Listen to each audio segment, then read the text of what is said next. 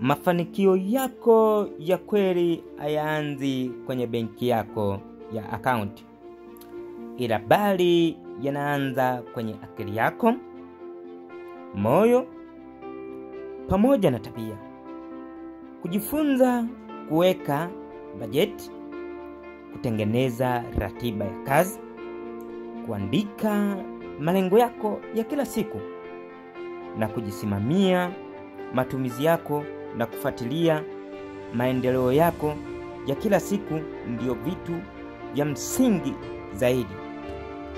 Na vitu vyote hivi vinapatikana katika kitabu cha Unpopular Technique kilichoandikwa na Dr. Birinyi.